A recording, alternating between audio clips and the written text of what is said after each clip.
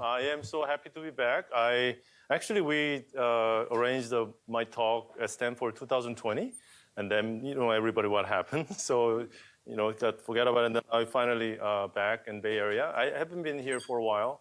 I'm so happy and very excited, especially because I'm sabbatical, and this is the first week of semester. You know what I mean? And I came a little early. I visit like 5 companies and then meet a bunch of my friends and meet like the people who are pushing the boundary of the robotics. So let's get on to the topic. So this title, actually, I haven't changed for 10 years. This is actually title was on my tenure talk to the department. And that's where I started talking about this. And before that, I was talking about bio-inspired design and don't copy nature and so on. But this kind of hooked me in. This is sort of like a kind of topic last 10 years almost.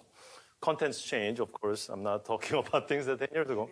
So let's get on to it. So I'm going to just briefly introduce myself. I mean, there's a sticky bot, there's one of the cheetah robot, there's humanoid, and a few things. I've been defense science study group, so I've been traveling all United States secret places and then talk to this people and then military issues and so on. And also been advisory board member, AI advisory board member of the Hyundai Motor Group, and learning about manufacturing challenge automation. I went to 4 factories, including Singapore factory has the highest automation rate in the world, and see what they're pushing on, and also overseeing how Hyundai managing Boston Dynamics and their AI institute, and so on. Anyway, so I've been in many places, and I'm also associate head of the department managing space.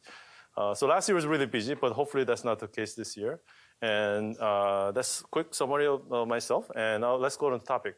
So first, I'm going to spend a little bit of time on summarizing what I've been doing, what my previous research is, and then get on to the main topic, is cognitive bias.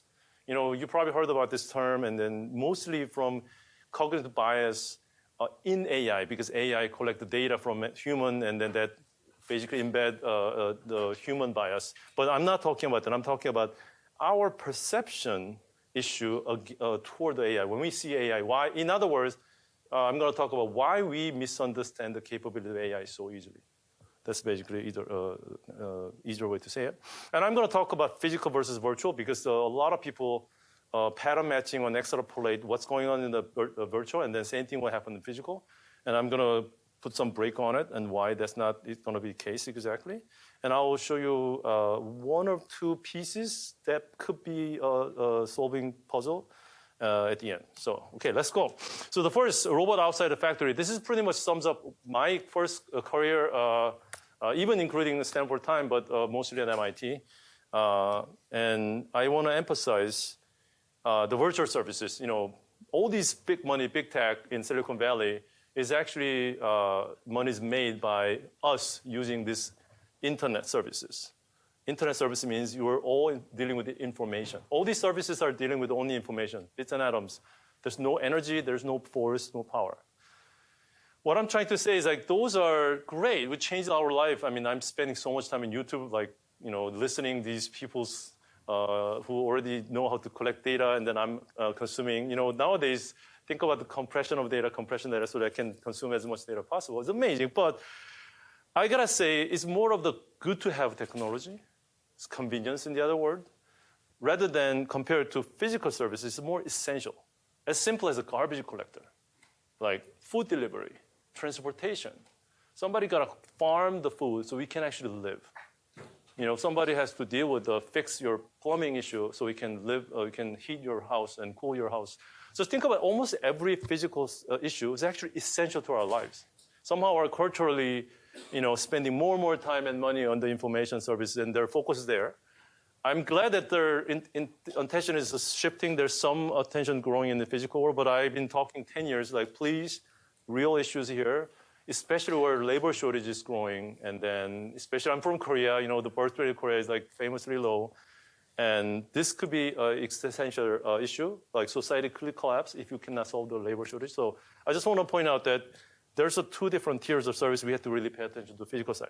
So what do you mean by physical service by technology? This is basically what we've been enjoying. Our car is $20,000, $30,000 instead of $100,000, $200,000 because of these robots. These robots are amazing. I actually recently learned that in any cell like this, robot arm is the cheapest component. Everything else is much more expensive. Setting up cost is like a multiple order of magnitude more expensive than robot arm. Anyway, they're amazing. They much more precise, never get tired, super efficient, and so on. The problem is these robots never do what humans do because there's no intelligence. It's just a position copying machine. Even as simple as plugging a cable, humans are there. Car factories are the highest automated space in the most factories, and then average car factory has a 20% automation. 80% still done by human. And even China, they're like screaming out loud, like we don't have enough people to work on. 2015 video, I've been showing this more than 10 years now, and this is the most exciting part of the DARPA challenge. I'm not like, showing disrespectful thing about the engineer. The engineers are amazing. I'm just pointing out the hardware wasn't ready. Hardware it looks like a superhero, but all the joint technologies are pretty much copy and paste from the manufacturing robot, where position accuracy is everything, and then cannot really adapt or apply forces like a human. So my first 10 years of career at MIT is all about how can we make a design paradigm shift from this manufacturing environment where everything is controlled, we know everything where it is, high precision, solve almost every problem. But as soon as you step out of the factory, everything changes. You can't really predict everything else. I can't anchor myself on the ground, so you have to balance yourself, either wheel or leg, and you need to be able to adapt a very dynamic situation. You can't really just like close your eyes and weld, I'm done, right? So I insist that we need to have at least design has to be changed, let alone intelligence. Because I'm Stanford, I'm going to skip this part. This is the only one I explain further, but this is the Gibot, and there's a demonstration of gecko tape. I'll skip to the Keller Autumn show up. He's biologist who discovered gecko tape, and he's like calling me like, can you hang me on the glass? I'm like, you're so heavy. Can I bring my daughter? It's like, okay, fine, I'll hang her on the glass. And again, we hung 55-pound girl on the window, and then when she's out, we can just take out like this. There's no detachment force. And this is the Ice Pro, the first robot that can hook me into the locomotion. This is a soft robot, and my first and last soft robot. And this is a cheetah, finally. When I went to MIT, like, I want to build a robot that can actually help people. And in order to do that, you need to have some scale. So we redesigned robot motors from scratch, controller, driver, everything from scratch. And then surprisingly, this experiment piece that cannot have a balance already exhibit human animal level efficiency, which was actually a surprise to us as well. So I'll quickly show you a video that summarizes 2013 to 19, kind of middle of my time at MIT. And this is already more than 10 years old. I'm surprised, but this video shocked many people. Most people are like surprised by the power, but people who know about robotics, they were surprised by the landing. Because at the time, people didn't believe the electric motor can actually handle the shock. And this is Cheetah 3. We scale up to be more generic looking. Before it was like, oh, can I make him like a cheetah? You never be able to do that. It become like a goat. Bio-inspiration is very, very hard. This is another of my student that we've been working on, like teleoperation, dynamically destroying walls. And this is basically the distilled version of a cheetah project. And one of my students, this amazing designer, he make it like really elegantly simple and easy to build, cheap. Some anecdote, after he submit this is about 3 months later, AliExpress, there's some company selling MIT Cheetah motor at $300. And I asked my students, like, what is our BOM cost? I said, $300. Okay. Where the cost motor Shenzhen and in the United States, 3 times difference. And we did some vision, and we ended up building 10 of them inside our basement lab. Literally 2 tables. I actually came down during the break, make hundreds of motors and so on. The key idea is actually propulsive actuation. Actually, there's people who taught me how to do this actually right there.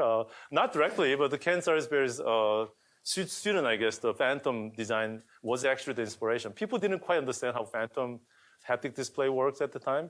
This is pretty much a Phantom on steroid. But a lot of force control community didn't quite understand, like, this is actually the best way to do force control, because everybody wants to achieve the accurate force control. If you give up 5-6% of friction loss, and if you minimize the inertia, this is actually becoming almost like the best force control system. So working principle pretty much same as Phantom. It's just scale differently. We actually redesigned the motor so we can generate enough power.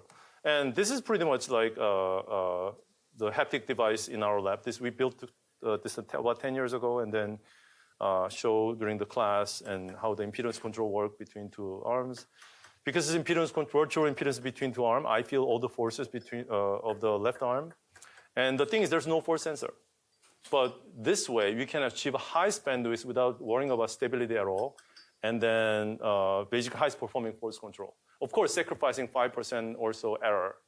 And if you really think about how many cases you need to be super accurate in force, a lot of manipulation problem is actually more common sense and reactivity rather than accurate force control. So if I summarize sort of like my Cheetah's impact is I start developing Cheetah by the time sometime Big Dog become popular, and LS3's project about to start. All the hydraulic robots are getting like out of the world. This is not only Boston Dynamics. There's a Chinese robot there. There's a Korean robot there, Italian. Everybody's like, oh, of course, electric motor doesn't work. As soon as we publish our MIT Cheetah series, and then I stopped seeing all these hydraulic robots, only thing left was a famous Atlas robot, which is very expensive hydraulic machine. And my student graduated and then joined Boston Dynamics and killed the hydraulic program about a year ago. Yeah, so they probably developed hydraulic program technology for 15 years, and my student go there and killed it. And now we see all this Cambrian explosion, all the Chinese leg robot, humanoid. There are some US company, humanoid company I visit this week, actually don't follow our principle. They add a force sensor feedback, make it complex. But I believe in the future, this is a way to go, a way to make it robust, cheap, and then high force control fidelity. So we've been building, modifying this infrastructure. I had a humanoid picture in the middle, but we have 5 different robots. One is a ping pong playing robot, one is a grasping arm. They all share same infrastructure and the motor. So we literally redesigned the aluminum structure, put together a new robot in a month or two. And then because every other infra is there. I want to talk a little bit about humanoid. This is more restricted to the locomotion. Manipulation is a slightly different story. But I want to just point out how complementary are these two methods are. The RL, if you know reinforcement learning, is all data-driven. You collect a bunch of data in simulation with the proper cost function. You basically train a function of approximator, and all the memory is already distilled into this neural network. Whereas MPC, your gradient descent every 10 milliseconds. We actually did a whole body MPC in 3 minutes, 4 milliseconds, but we run at 100 hertz. But the pros and cons, and then if I summarize it shortly, this is like a really powerful beast. It can do a lot of things really well, but it doesn't really listen to you. It's like the beast doesn't listen to you. I can't really control well. I can control this really well, and then I can manipulate, I can figure out what's wrong, but it's very fragile outside assumption. If it's a model, it's all based on models. If models are wrong or like friction coefficient is off or something, you can't really reason about it because its assumption is broken. So it's like I call it as like a butler. It cannot do anything outside the house. Now I want to grab this butler and then make it sit on top of this monster so I can at least control a little bit of the monster. Because the problem with the most end-to-end large data approach is that you can't really control this micro-control to improve your problems. Like I love how we walk straight and then, okay, how about turning right, turning left? If you add more, you need to retrain the whole thing again, and then you don't like something about it. Like, oof, I want to fix it. And then you start turning this knob, cost function, and then once you fix that, and everything else start breaking, and then you have no idea what's going on. And MPC, you can do that. The problem is there's no memory. You just make the same step, and then you make another step, and then you're doing still gradient descent to find the optimal solution. You just did it a half second ago. Why you have to recalculate everything? There's no memory. So there's definitely an advantage of combining this. That's actually a major focus in our lab.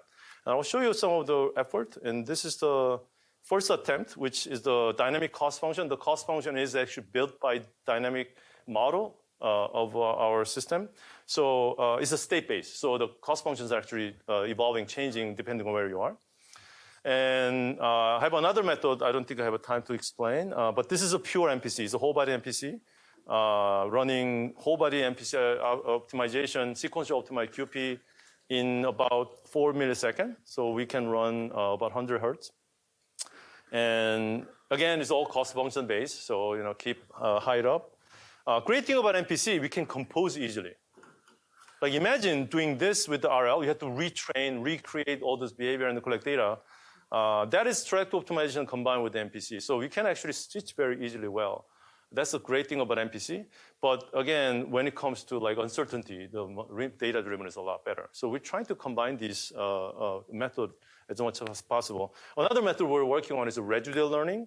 All these RL, as you know, there's no way I can meaningfully initialize. So start with a 0, and then go with like doing random stuff, and then eventually evolve.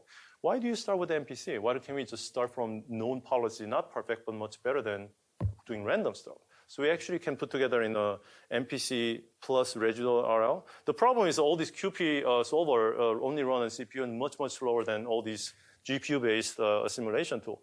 And our lab actually developed things called the QSADI. It's a CUDA QSADI. And then we kind of figure out how to parallelize QP solving in the GPU. So we're actually running full body MPC in real time, 5,000 in the straight, in the parallel. So we're actually doing QP and reinforcement learning, training, exploration, almost same speed. So now we can easily mix it up. I did a lot of external events in DARPA Challenge and so on, and I'll jump into the main topic, is the cognitive bias toward AI. This is probably the most important thing, and then this topic really has been in my head for at least the last 10 years.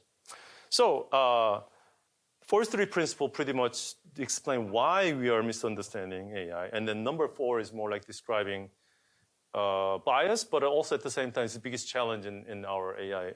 So let's get started. The first one, we judge the performance AI in our standard. Every time I show a video of mini cheetah, and when I show you this like walking video and everybody's looking like this, and every time I jump backward, whoa, super excited, and then like, wow, that's really cool. I'm not saying this is cool, backflip is cool, but I gotta tell you, this took about 3 days of 2 undergrad working in our lab. This takes about 2 years of my entire team working on MPC tuning the parameter system, state estimator right, context detection right. And you don't immediately see that. Even though you worked on robotics for many years, in 1 second or half second, we are pattern matching machine. We are social animal. We are evolved to judge everything based on how we judge each other, because that's a critical function for a social animal. And then things we don't really know, like if you evolve to be animal and then you see all this, like there's no data, you're automatically using your most common judgment, how we judge a human, to plug into it. Just imagine when the first time you play with the ChatGPT. Think about it, right? Whoa, like if it's a human, like how you can judge, oh, this is very smart, right? You're purely just based on like, oh, smart, oh, this much smart, oh, not so smart. You're just doing it without even thinking. That's just our ingrained function is hardwired, because this is how we evolved. I'll show you this and just think about what you feel in that second. Don't think, just feel. What you feel the half second? You probably feel like, oof, that's aggressive. That robot looks like poor robot, got kicked, right? If you go to YouTube, if you look at the comments of this video, more than 60% is like you're gonna be first one who killed by the Cyberdyne robot. Why you're doing that? You're such a bad person. Blah blah blah blah. Because this is how we're programmed. No matter how long you worked on robot, how many times you program robot, this is our innate nature. Like imagine you're 10,000 years ago, there's no civilization, you're in the mountain, bears running toward you, what are you doing? Like calculating how big it is, running, that's about 40 miles per hour. No, you're just aggressive, run, right? That's a pattern matching. And that's basically your old brain, your system 1, and then nobody can get away around it. But the point is that it is really causing a lot of bias when you see some AI behavior, ChatGPT, or even some humanoid, or even quadruped. And you got to be super, super careful because anthropomorphism is one of the important functions as a social animal. That is basically, we're judging everything based on human. And that automatically explains Moravec's paradox, famously said in 1988. And even that professor who thought about this AI problem used the word intelligence for playing checkers. And then he didn't say it, but the perception and mobility is kind of underestimated. Oh, that's not so important. Just think about it. Are you guys biased? What is intelligence? Just think about it. I mean, yes, we have our own judgment, like, oh, he's intelligent, not intelligent, as a human standard. But if you just step back, think about intelligence from the beginning. Like, let's say you're God, you're thinking about from scratch, or building robot. You're like building robot is playing God. All the things we cherish as a humanity, all in the Middle Ages, like who can write or not, that capability literally, distinguish a class of people, right? Oh, noble people know how to write and read. Who does math? They're just such a sophisticated people. Playing chess, play chess. You're so smart guy. We thought Isidore is the smartest person in the world. Maybe he is, but the thing is, all the things on your right is already conquered by a computer. Yet, things we don't even think about as a part of intelligence is we're not even scratching the surface. And have some perspective. Things we've been like, oh my God, that's such a cool thing, smart thing. We've been only doing at most 10,000 years. And these things on the right, this thing we've been doing hundreds of millions of years. Of course, this is easy for us. We don't even know what's going on. This thing, we're all mostly conscious behavior, unconscious behavior. So we don't know how to judge how difficult these each are. That can be intensified by how your brain works. Title's weird. You don't know what you're doing, but I can guarantee you don't know what you're doing. So this is like 3:30. So everybody had lunch, right? Can you raise your hand if you eat lunch? If you eat lunch with someone else talking and raise your hand. Right, most of you, socially active, good job. But just think about it. Have you, I know not many of you ate carrot, but just imagine you ate a carrot. If you hate it, it might be trouble, but anyway, just assume you bite a carrot. What happened afterwards? Have you thought about eating as a process? Robotic process. Anybody can control individual teeth? That's creepy, but anybody? No, right? That's not right. You have basically two rigid body, maybe 2 to 3 degree freedom, chop down the carrot. You push the carrot to the teeth, crush it, maybe turn it into 3, 4 pieces and small pieces. Small enough, I'm going to swallow. This is too big, I'm going to throw into the teeth. And then you're eating. Think about some people eat really fast, right? This is happening while you're talking to your friend. How many robot arms do you need to do this? Your tongue, your tongue is doing all that. And do you remember any of this action during lunch today? I'll give you another test. Grab something from your pocket right now. It's a little tricky because you're sitting on it, but just grab something and then show report. Go report to the CEO, show it to them. And I'm 100% guarantee almost everyone use your index finger. What trajectory did you command to your second joint of your index finger? Anybody remember? You just did it. You believe that you can control your finger, right? But you just don't remember what you just did 2 seconds ago? You don't know what you're doing. I'm just proving it. Because these are happening in the subconscious level in cerebellum. Your forebrain, you're sitting in the CEO's seat, chairman's seat, and you're just commanding a very abstract level. And all this concretized, described detail, devils in detail actions are happening somewhere else. I don't know where it's going on. Neuroscience don't know where it's going on. I'll show you a little bit of creepy picture. So if anybody very sensitive, graphically sensitive, maybe like ears. This is a famous chicken called the Mike the chicken. It happened in 1945. I read this paper when I was graduating in Mark's lab, and I was like, that can't be real. There's known to be living for 18 months after head chopped off. So this owner feeding waters and grains through the throat and then touring around making money. And then I was like, that must be some legend. It's not gonna be real. Until I found this video in the world of cell phone. Same thing happened and somebody captured it. That's behavior you can achieve without head, technically without forebrain. So they actually respond. Like if you poke it, they respond. It almost tried to peck on the ground. If you look carefully, actually one vestibular organ and then small brains are intact. Those are attached to the body. Those are controlling the body. Maybe we don't need a CEO for a company. It's still running, at least for a while, right? But the point is, your forebrain is not aware of these actions. So I was very curious. Like, do I know? What's going on? So I asked my grad students at one of the events, I was like, can you take a video, slow motion? I'm going to just grab this. So I will show you that video. That way, we can at least kind of inverse, learning what the cost function is, where, and so on. So this is what happened. I'll show you one more time. It's too fast, so I slow down, and then I'll show you what happened. You throw your hand. A lot of times you just throw a hand because our hands are so compliant, and then you're so adaptive. And then that's how you grab something. Nobody grabs something by doing this. This already looks weird, right? Because identify, and then you already head is towards something else, like where to put it and so on. You crash it, and then just think about you're writing an algorithm, like which one to pick. You have a tactile sensor, identify locations of fruits. Probably you're going to have something like highest, closest, that kind of heuristic cost function, right? My hand somehow is much dumber.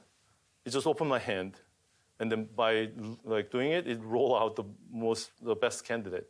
And then my finger ended up touching 5 more. And even at this point, if you have a right algorithm, you'll probably go for that one. That was the highest, closest, right? I was very disappointed. My hand was much dumber, and it chose the worst possible choice.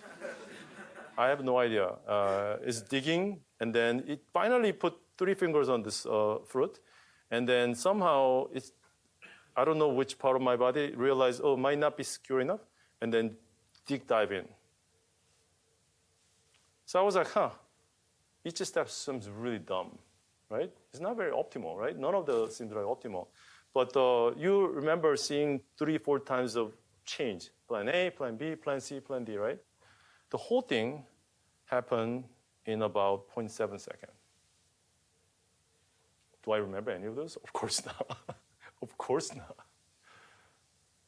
I don't know any algorithm or AI can do this kind of stuff and this fast. Is there any chasing any optimality like gradient descent? No, no whatsoever. If I grab this fruit 1,000 times, I'm pretty sure I'm successful. Not every grab looks going to be this complex, but I'm pretty sure I'm 1,000% successful, and I have no idea what I did.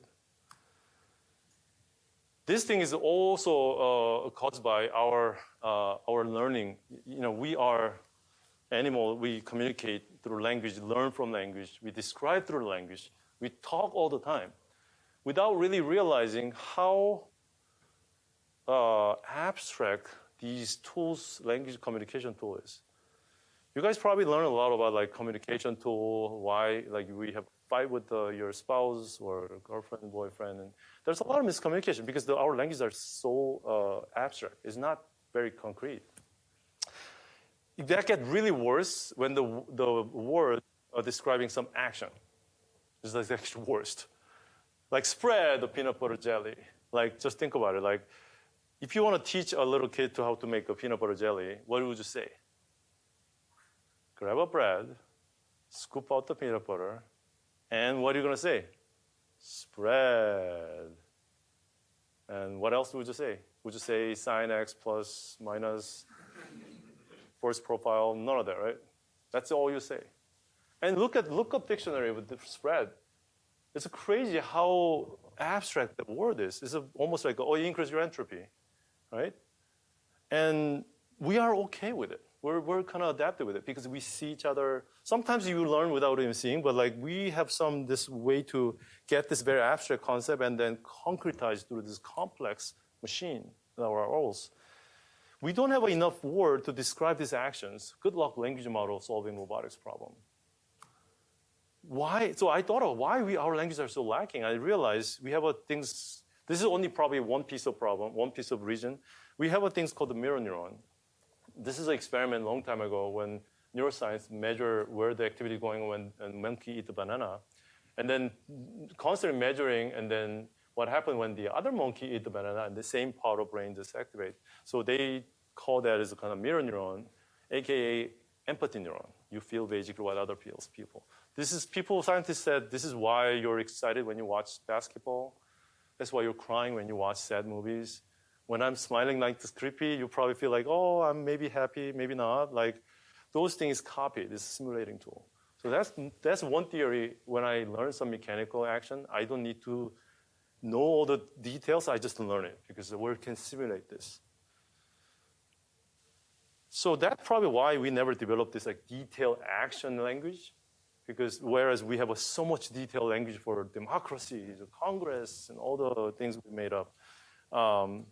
When it comes to the action, we're just incredible. Somebody says clean tray, and this is what he does. Trajectory optimization or force tracking. I don't know what is the cost function here. You know, the modern AI is amazing in abstraction because there's a lot of data, reducing dimension, like encoder part. Decoding part is a hard problem. Oh, no. Recent like language image models, language visual models are amazing. I can draw all the things. But be careful, that space is so wide, and then there's not much wrong or correct in this visual world. And same thing as writing. You know, a lot of writing, sometimes hallucinate. Because a lot of other times, that sentence probably there's no right or wrong. But that's not true for physics. I will tell you a little bit about it later. The last piece, this is actually a little technical, but is important for scientists here. We are a lot less quantitative. We make decisions not quite quantitative, whereas we can't do anything with a computer if you don't have a quantitative basis. If you don't have cost function, none of this RL transformer, nothing works, because you need to have some cost function. Even imitation learning, you have to be as close as possible with your prior, you know. And why we see a lot of Lego robots running well, but like not so much impressive manipulation, because it's a cost function. Of course, the dimension space is much smaller too. But Lego locomotion, I don't think we have a best cost function, but we have an okay cost function, which is keep up your center mass high up, keep the orientation right, minimize a pitch and roll, and then that is okay cost function for not falling. It's not the best one because you can play basketball with that. If you play basketball, your center mass go up and down like this. But that doesn't happen when you ask a robot to do it because your cost function is like keep it up all the time. But it's okay to make a robot walk. Much, much harder to cleaning the room. What cost function are you going to write?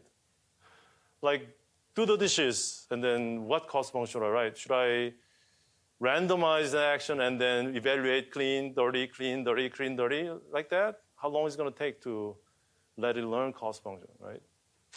And some people say, why don't we, nowadays visual language model plugin, we have unlimited data. Why don't you show a bunch of clean room and then try to match with it? Yeah, I think there's a pathway, long way to do it. But even harder thing to do is actually quantifying what not to do. Just give you an example. Like, I want the robot to bring a cup of water. Go for it. What is the cost function? What do you think? What would be the cost function? Anybody has an idea? Taking up the glass and bringing them Yeah. Anybody else? Like, what would be the quantifiable cost function? Yes? Don't spill the water, or like quantifiable is how much water you bring. That's a constraint, right? Or reward function, like Steve? Yeah. Like a reward function could be like minimize time or minimize path, right? But is that important? What is important what you said? Like, don't spill the water. Make sure you close the door. Don't mess up things inside. Don't. These are constraints. All the grad students are manually put it up and then not really describing the paper. And then like you did all the real hard job, and then now I'm going to do optimize, and then see it's optimal. By the way, the cheetah jump over obstacle video, that has a no cost function. Zero. There's a cost function is zero. Because if you're jumping over obstacle, why do you care about optimality? It's the feasibility such. That way you can actually calculate it faster. So if you just think about a lot of human decision making is actually quite binary. It's not quite optimizing. A lot of people, Euler says that. Euler says, every molecules, everything happening in the world is following some kind of optimization. I strongly disagree. Any biologist here will probably agree with me. Evolution is not even an optimization process. And then some computer science students said, Sangbae, I don't think I agree. I think everything is optimization. I ask, what did you buy last week in grocery shopping? Like, what do you mean? Why you ask? Like, just tell me. I say, I bought 2 tomatoes, one pack of milk. What cost function drive you to buy this? How did you decide, right? We don't decide like that. We decide like, is that good enough? Okay. Okay is the number one words used in the couple's grocery shopping. It's like it's a bar. Is it good enough or not? Like clean your room. How you evaluate it? Not do it again. Good enough. We don't score everything, right? We don't think like that. But the problem is programming like that is so hard. Like how you program automatically what not to do, which is creating a constraint. Optimization is not the hardest part. Creating this cost function constraint automatically, that's the hardest problem. We are not really operating that quantitatively. We're operating quite qualitatively. Making the best tasting pasta, like how are we going to quantify that? I'll talk a little bit about virtual to physical. This is getting very popular nowadays. And everybody like extrapolate, this is what happened to language model, same thing will happen. Let's just gajillions of data will solve the problem. There are some obstacles. First of all, everybody knows that all the virtual data is in the web. Even labeling, a lot of labeling is done in the web so that like how often that image with that language show up and one page, what frequency is that? That kind of automatically pre-training the labeling, and then now human label to refine, and then RL, and then visual language model works. But almost all of them are already there. Whereas we don't even know how to collect data properly. I know what Tesla is doing. I'm not 100% agreeing with what they're doing. And another things people don't fully aware is all the virtual AI is a human in the loop. You're using it as a tool. Nobody use the web AI to do something automatically. But you can just use that. You can make robot just semi-okay robot working in the factory. I'm going to hold your hand. Like what is useful for the robot is all the hardware, it has to run autonomously. And failure cost is so high. The biggest thing people don't quite realize is the execution uncertainty is so different. In virtual world, there's no uncertainty in execution. Execution side. I'm not talking about the perception and processing side, the reasoning side. Execution side, there's no uncertainty. Do you remember if I show the intelligence map where the system 1, system 2, self-driving was right in the middle? You remember? This is intentional because driving is kind of half virtual, half physical. Because driving, if you get to the detail, representation of the world and then execution trajectory, if you know what trajectory is right, executing that trajectory, uncertainty is near zero. Not quite zero, very close to zero. Almost every car, unless you're like racing or driving in the snow, the chance of following the trajectory is almost 100%. Not quite, but close to 100%. When it comes to manipulation, that's not the case. Because you don't have a perfect model. Even though you collect gajillion data from simulation or real world, you don't have a perfect model. Every making content, breaking content, you have uncertainty. Which means planning is not enough. You need some fast local feedback. Somebody says that, even planning, if you do plan quickly enough, it's a feedback. Yes, but that never run really fast. You need to have some grounding, stabilizing algorithm under the planning. If you just think about company, company chairman says, that looks like a good plan, go ahead.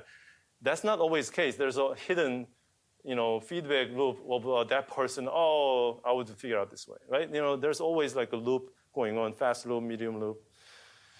If you're aware of this, you might be ready to talk about behavior cloning. I know many of you already work on behavior cloning. I have to explain this, especially those who don't know about behavior cloning, because you're going to be fooled by it. Why? Because these are pretty impressive, but more so, this video from Stanford, she was Columbia, but the Shuran video, I was shocked when I first saw the video. This is the most impressive video I've seen. I believe I'm still showing this as an example. It's amazing work. All these big techs are actually adopting, and then it's almost like changing the robotics world. But I gotta explain based on how I interpret it. If you don't know the behavior cloning, especially for Yumi case, they're actually collecting data like this. They don't even need a robot. They just collect data with the cameras and 100 times or so. And then this is what happened to robot.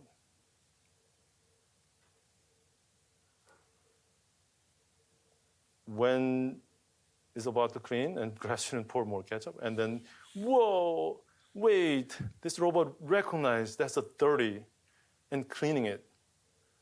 And when it's done, it closes water, and when they open the water, it closes it.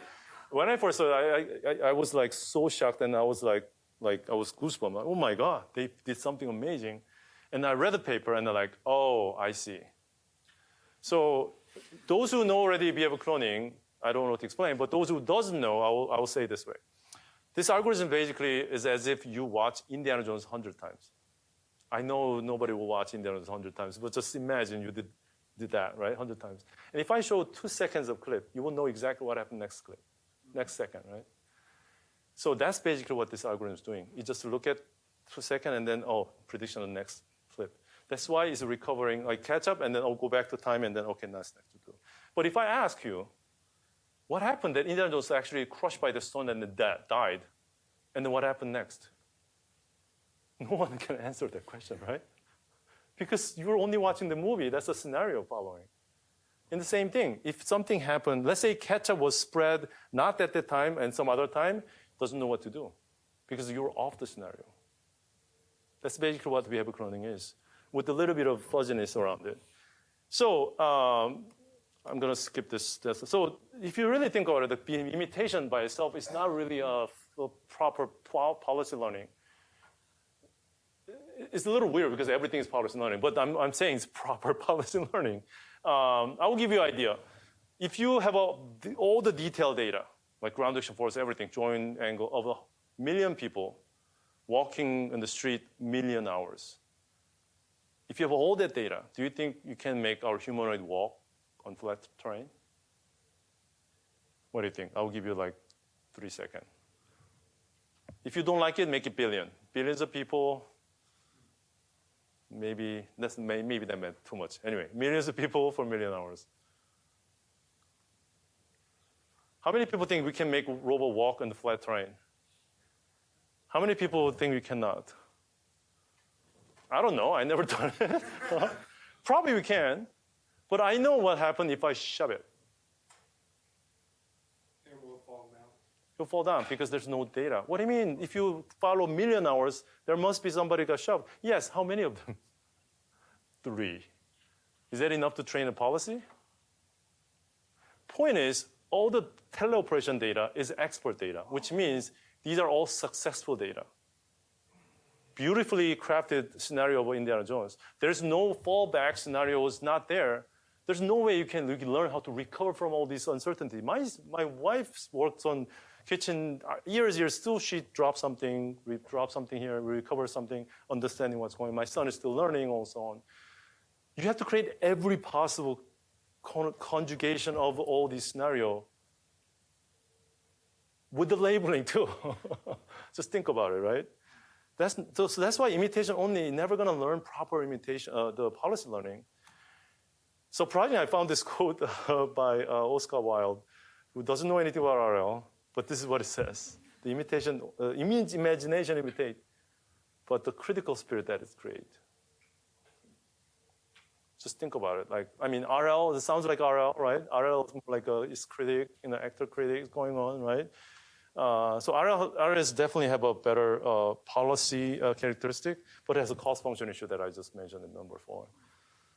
So how are we going to handle this problem? So if I simplify the AI world right now, we have amazing progress in language model. I'm still like struggling to understand how that do the logic and reasoning, and then combined with the video is just unbelievable. Maybe you can tell robot, okay, showing the video, grab that apple, and then probably know how to roughly throw my arm. That trajectory might come out from language visual. The problem is we don't know how to ground that action to complete the task. Last mile problem. You know, the logistics, like, you know, last mile problem is the detail is very hard to do. And you can also think about delivery 10-meter problem, how to get out of the car, bring the box, and walk into the house. And you can also think about last meter problem. You have to grab the door, open the door, throw the box without breaking it, and then close the door. If you think about all this task, simply delivery, the variation is just growing like a tree. It's like a fractal. When it comes to close to the end, the variation just explode. Same thing happens in manipulation. Like if you grab something, you know, it's very easy to plan. Like I know the location, I can do the plan motion trajectory, but all the detail upon contact and what I have to do, there's just so many variations. I mean, sometimes easy, sometimes difficult, but that's where we're basically missing. That's what the language visual model cannot do anything.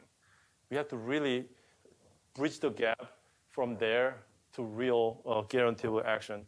And this is only one piece of advice, and I've been working on this in my lab several years. We need to create an intermediate representation that bridges the gap of language to the real world, because language has a limitation of representation. It can't go down any enough. It's too high abstract. So I'm going to call that sticky reflex, for example. It might have some parameters. And good luck describing this in human language. Oh, I saw a really cool video. What was it? You have to use your arm probably to describe it, right? And another reflex, this is actually a pretty useful one. It's called the gliding reflex. It's not avoiding, it's actually keeping distance to object. So we don't need to plan ahead of time. When you grab something, you're not planning, I'm going to move this finger 45 degrees. We don't do it. We just throw a hand and grab it. So this, hopefully, we can make the planning easier and more adaptive, not relying on all this high-level planning. That way we can do quickly and we can adapt. So this is one example. I wish I have more one, but this is still the best one from our lab. It's a real time. There's no sped up or anything. And the algorithm is a dumb, simple, just like a YOLO downloaded and then like identify cup click and then inverse kinematics, that's it. There's no grasping, trajectory optimization, no behavior cloning, no RL. Everything's local, basically. There's some state machine take care of like, did you grab or not, and so on. But that way, we can actually, we don't need to specify all the detail from the data. Data only need to say, there's an apple, just reach there. And then rest should be taken care of by this low level. That way, we can really ground this language visual model to the real world. I'm not saying this solves everything, but this is a way, a high-level philosophical way to think about it. So I'm a big believer of a hierarchical system like a real company. The reason why a company works a certain way, you need to react quickly. I can give you an extreme example. Like, imagine there's a building fire, and then the company worker, office workers writing email to CEO. Can you tell me what to do in an optimal way? That's basically all end-to-end algorithm is doing. The algorithm sense everything, optimize everything, act everything. That's not how it should work. Like, you have to be hierarchical, so local things should happen quickly, tens of milliseconds, and the high-level planning doesn't need to run that fast. That's basically what happens. CEO, let's do this once in quarter, maybe a year, and then locally you're adapting quickly. Oh, something changed, snow, rain. That's how we built our company. Our intelligence should work that way too. I believe human brain works that way too. That's why I have no idea what I did when I grabbed something in the pocket. Another thing I want to tell you about the difference between language and physical action. Language is inherently imitation. What do you mean by that? If I say hello and everybody, whoa, that's weird though, right? You have to be very similar. We're social animal. I need to say exactly. My son is copying me and my wife and his friend to be as normal as possible. Definition of a meaning of a language is a stochastic by nature, because if people say a words more in that context, that's how we define the words that change over time, right? So inherently imitation, inherently stochastic. Fantastic for computer. So we have to respect agreement among people. In physical world, we're not quite imitating. Like, how many people learn things grabbing from the pocket you just did, watching, I'm gonna see how my father did. I can't see anything because it's inside a pocket. Nobody learned how to do that looking somebody else is doing, because in a lot of these physical actions, you have to respect the physics.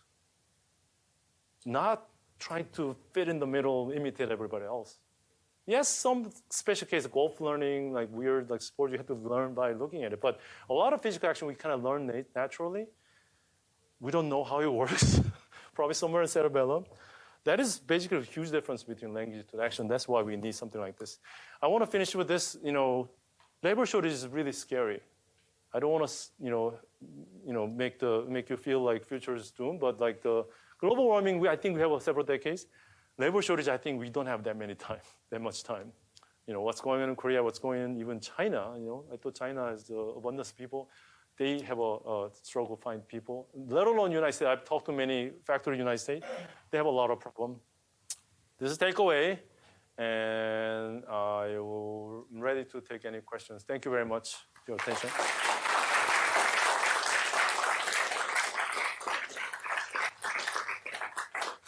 So do we need to use a mic, I guess? Or? The room microphone. Oh, okay. Yeah.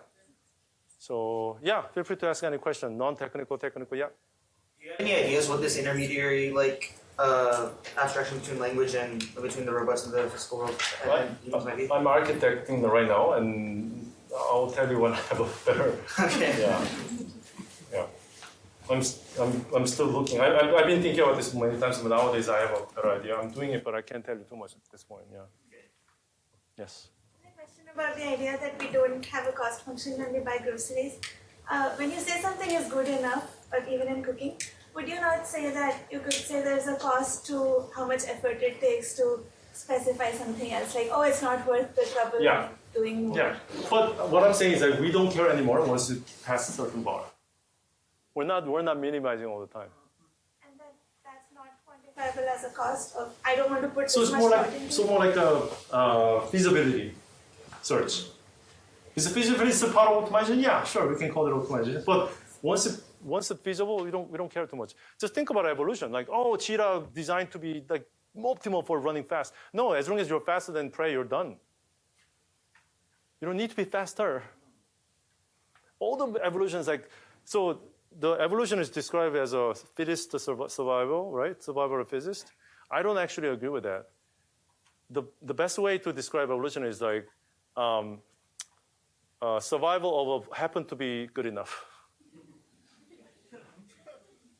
That is more accurate description. It's a bar. Did you survive? Did you have an offspring or not? Maybe you have more offspring, I guess. But anyway, yeah. Anybody else? Yes. You mentioned the importance of the feedback policy. Do you think there's a hardware challenge that we're facing, in the sense of sensors that are able to provide that? So how I see it, I get this question hundreds of times. This is how I see it. Imagine you're building a house. The house basically is a full AI system. Architect design frame and a room where the room is. And the frame, the structure frame is basically hardware. And after frame, you build the wall, drywall, put the furniture, and I don't like this structure. Then you have to start over again because your frame is wrong. So I'm not saying hardware is going to be bottleneck, but if your hardware is chosen wrong, you might have to start from scratch. Furniture can change. The software is easy to change, but everything, painting, all that is based on the frame. So the hardware has to be chosen very carefully. I don't think we are not going to be able to AI because we don't have this magic hardware. But we have to choose very, very carefully. And do we know how to do it? Not yet, because this is a coupled problem, right? Hardware, software, we need to choose and try it and so on. Yes. So one might be a minimum but general problem formulation for physical intelligence, like a test or a bench that can advance the physical intelligence problem. Test or bench? Task or think of MNIST. So can you think of one testable problem? So once the robot solves this problem, we can say it has a physical intelligence kind of thing. So the problem is there is a lot of fantastic demos, fantastic things, but the problem is we are not sure how we can generalize. So No. it will be great if we have a minimum problem, but we know once we solve this problem, it will do many other things like that. Like a Turing test for physical intelligence. Yes, similar, yeah. But yeah, minimum like benchmark. I mean, I can think of like most fundamental thing, grasping. I remember Gilpress as grasping solved in 2012 or something. I don't think we have a general grasping algorithm yet. So what do you mean by we don't have a general grasping algorithm? Because I see a lot of videos robot picking up grasping things. So Staged though. what's the difference? So you grab your kid's toy box and then throw it in front of the robot. You wouldn't be able to pick out that toy buried under another toy. Unless it's trained that exact scenario, because all the demos are based on behavior cloning. They're following the scenario. Yes. You're just talking about how you've been visiting a lot of companies, Yes. spending a lot of money Yes. trying to solve this problem. Unbelievable. Yes. And I'm just curious to see, do you think they have the wrong success cost function, or why do you think? I mean, I can't say what I think it is, but I can guarantee what I think is right. How I say is, there's the range of company, company, Google, like a lot of money and then do research. But certain type of company, more like a startup company, once you start, you need to run because you're running out of time. So they need to make a best hypothesis based on what they know. They probably need to know what they don't know. And then they have to go for it. And some company, even though they're big, they run like startup. I'm not going to say what. You probably know what it is. But anyway, just run. You have to run. But if you have enough resources, you can pivot when you realize that's not the case. So in my personal view, they're kind of not perfectly aligned, but some of them have enough resources to pivot.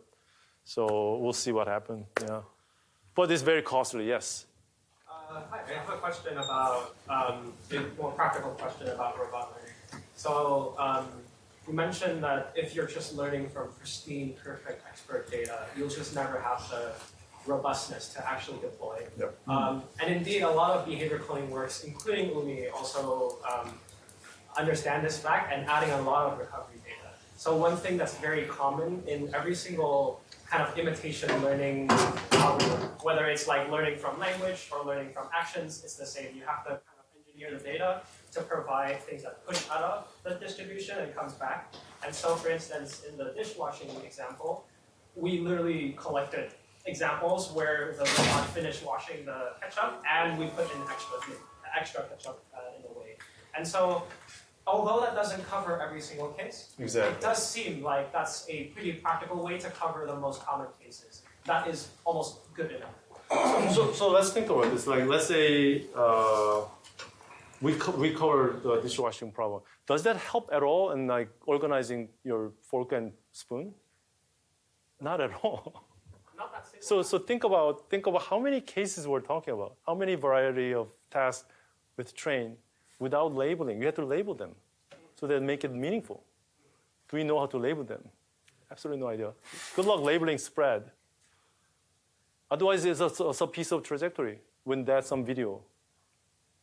There's no meaning. There's no semantic meaning of that data. How much semantic meaning do we need? To be able to understand. Language model exists. They're ready to engage. You're separate from language model, right? All these language amazing understanding is there, and our data is running separately. That behavior cloning knows that that's washing, or does knowing rubbing, or stacking? No, it's a piece of trajectory. You're chopping down every 40 millisecond and some trajectory, and what is semantic meaning of it? We don't know how to tokenize action. Language is already tokenized. We know how to tokenize image. Image is convolutional neural networks, we're done. We don't know how to tokenize action. Meaningful way.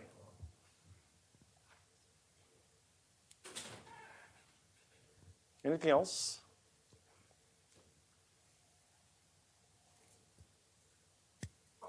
Yes. 15 years from now, what's it going to look like? I believe still many companies are trying many things and kind of pushing, like, teleoperation sneak in there to make it looks like it's happening. And I believe self-driving might be done at the time. My son doesn't need to learn how to drive. I still don't know when self-driving will become real, even though seems very close. Worldwide? Say it again? Worldwide? When? Worldwide? Self-driving in any country, in any kind of... Why? Oh, it's a long-tail problem. Like this, we're so close, but I don't know how. I mean, do you mean it will be solved everywhere? Yeah. With in 15 years probably, yeah. Sorry for interrupting. Yeah, no problem. And another piece of information you might be interested in. Tesla, I'm saying it, a specific company, have a 7 million teleoperator they don't need to pay to train a robot that has only 2 degree freedom, dealing with only one object, which is flat ground. We're still not quite there. Manipulation, we need at least 10 degree freedom, dealing with the infinite variation of object and task, right? Driving is easy, moving A to B. What we do with the object is just almost infinite. How many teleoperator with the robot pair do we need to collect how many years? Just think about that. Elon said 10x. I'm completely disagreeing. I think we need at least 10,000 times more, which is tens of billions of robots. Tesla successfully sell the car first, so collect data. Can we sell tens of billions of humanoids first and somehow force them to teleoperate? Just think about it. Yeah. The current paradigm, current paradigm. I'm not saying that's what it takes, impossible. No. We will figure it out to a more meaningful way. If you follow current paradigm, that's what it takes. Yes? What's your favorite, most difficult manipulation task? Everything is difficult, but I'm still obsessed with the picking. Yeah. Yes. I'm sure you enjoy your job, but if you had $1 billion and the ability to have a startup, why aren't you doing that? Do you feel like it's not ready to receive $1 billion and to go? Do you feel like it's not mature enough? I can have a separate session with you about VC world and all that, but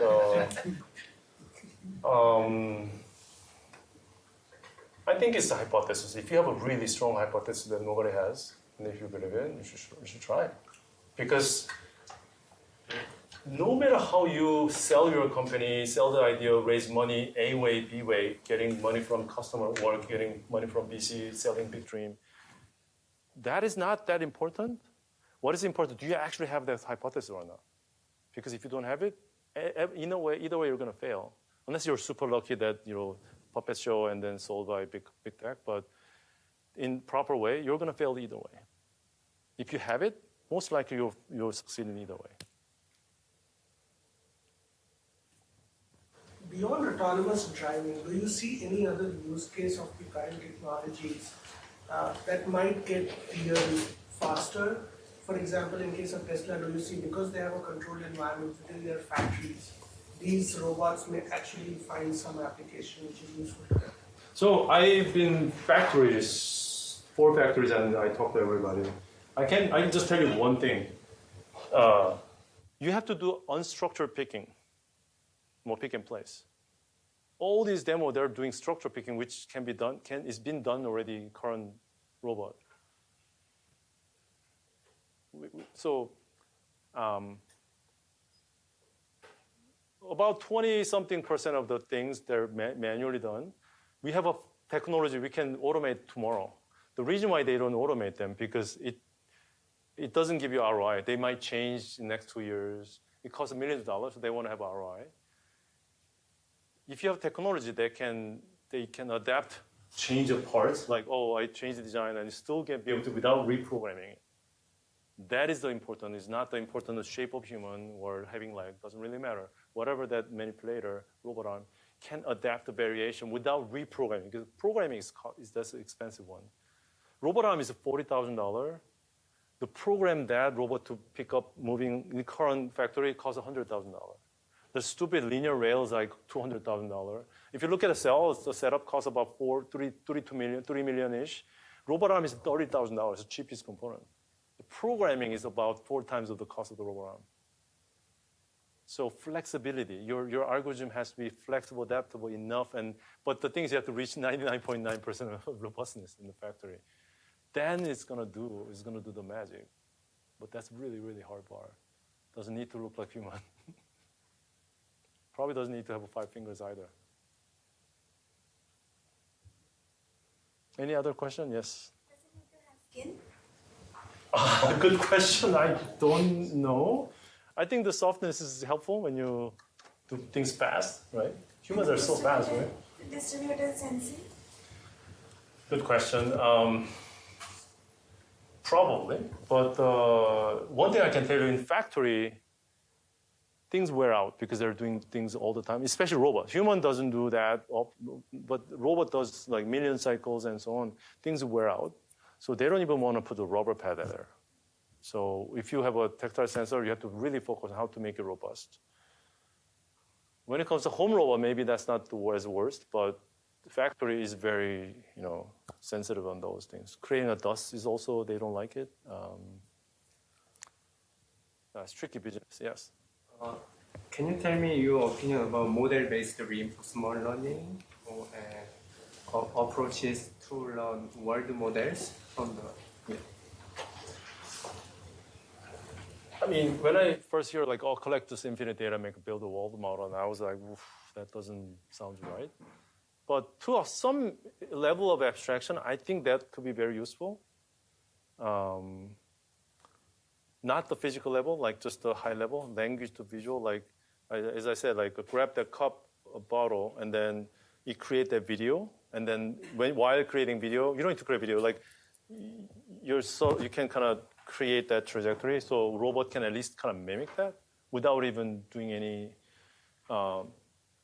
because reaching, we don't need to have a stability issue, any cost function issue. So a lot of planning can be covered by mimicking. So, but I don't believe world model solve everything. That's just impossible. This space-wise. We're actually yeah. So I think we should Yep. wrap up and take more questions at the happy hour. Okay. Thank you very much. Yeah.